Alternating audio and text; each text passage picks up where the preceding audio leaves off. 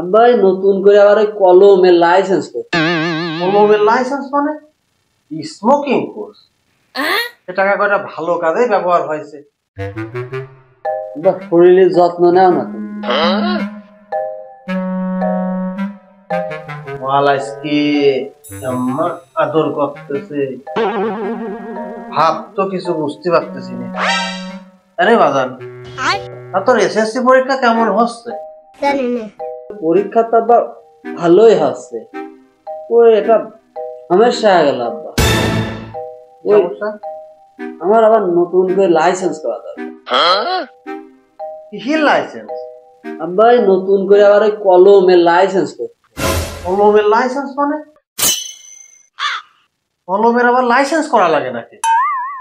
হ্যাঁ আব্বা, কলমের লাইসেন্স করা লাগে। তোর না এই গত সপ্তাহে টাকা দিলাম আমি। এই টাকা আব্বা ওই স্মোকিং কোর্স করে ফুরিয়ে গেছে। Smoking course? তাহলে তো এ টাকা কয়টা ভালো কাজে ব্যবহার হয়েছে। ছোটা সা মেরা জাহাঁ হ্যায়। তা বাজান, এই কলমের লাইসেন্স করতে কত টাকা লাগবে নি? ওই আব্বা ওই 1000-1200 টাকা হলে হবে নি। আর এই লাইসেন্স করলে পারে কি তুই ক্যাশ পরীক্ষাটা দিতে পারবি নি? তা দিতে পারবো না আব্বা।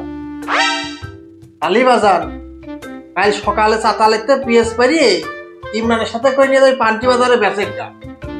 যে কয় টাকা হয় ওই যে তুই কলমের লাইসেন্স করে না। পরীক্ষাটা তো ঠিক মতো দে, তারপরে অন্য কথা।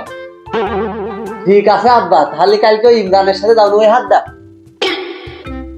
ভালোই তো লাগে রে, কাম করে সারাদিন কাম কাজ করে তো শরীরটা সাজিয়ে দেয়। দেখ তো এই জায়গাটা দেখ।